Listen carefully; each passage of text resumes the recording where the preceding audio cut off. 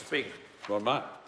Thank you, Mr. Speaker. Well, I rise proudly on behalf of New Zealand First to take part in this debate. And I want to say, Mr. Speaker, it's interesting hearing the Minister of Defence's speech here today, extolling or trying to convince the House that the National Party is the only party who understands rural provincial New Zealand, and using as an example, to quote him, his deep knowledge of farming and telling us all that there are 50 million sheep in New Zealand.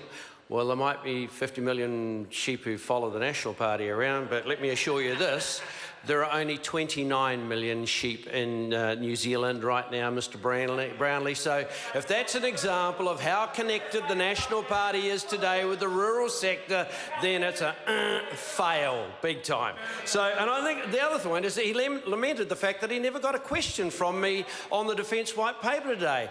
Well, how bizarre, because Mr. Brownlee spent 3 minutes of his 5 minutes attacking Mr. Fletcher Tabuto, someone who seems to scare him more than the Taliban, I might add, and another, he only devoted 1 minute, less than 1 minute of a speech to his Defence White Paper himself. So push it off to one side. Mr. Speaker, New Zealand First would argue that there is no party in this House more committed to a strong defence force, the defence of our nation, the defence of our sovereignty, of our flag, of our way of life, and the protection and enhancement of our defence force capabilities and our defence force personnel. That's chiselled in stone here, because we have fought the battles on behalf of the defence force at a time when the National Party would have us believe that they didn't need a pay rise because they got free dental care. Oh, that was a quote from Jenny Shipley, actually back in the 1990s.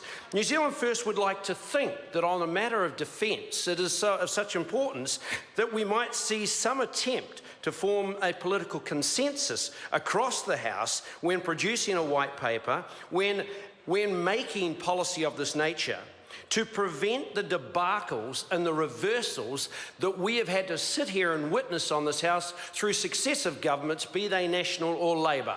Debacles, reversals, let's talk about a couple.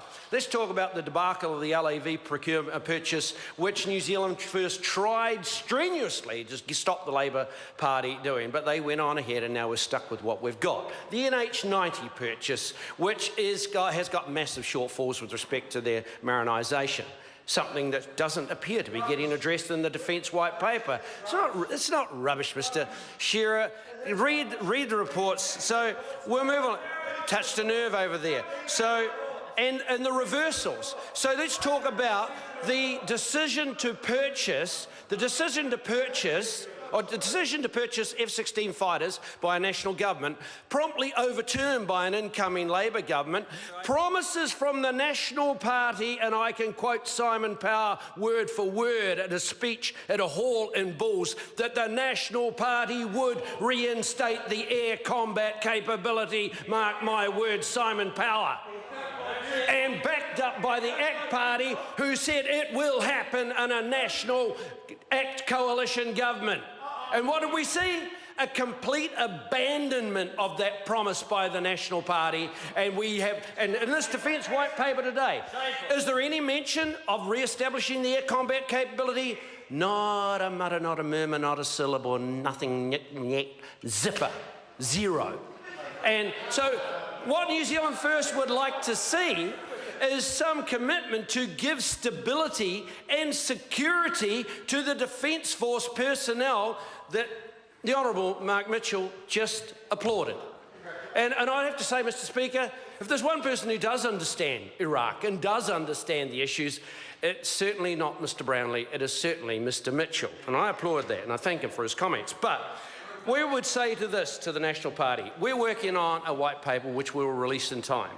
And and in doing that, we have uncovered some things, and we've looked at the white paper produced today. I've got to say to Mr. Brownlee, a bit hard to debate on your white paper when you're briefing the media and you're holding a press conference, Mr. Brownlee, and you haven't seen fit to put the paper up on the website so that the rest of Parliament could access it. What was it, 1 o'clock in the afternoon? They finally put it up. It was just short of 1 o'clock. Absolutely appalling behaviour by the government. If one wants a debate on it, then tell the Speaker to give us an urgent debate. If one wants a debate on it, put the paper out in a timely manner and at the same time the government gives it to the media, I rest my case on that.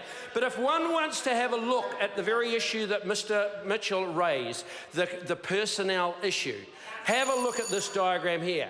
Over successive years, between 84 and 2000... Order. The member's time's expired.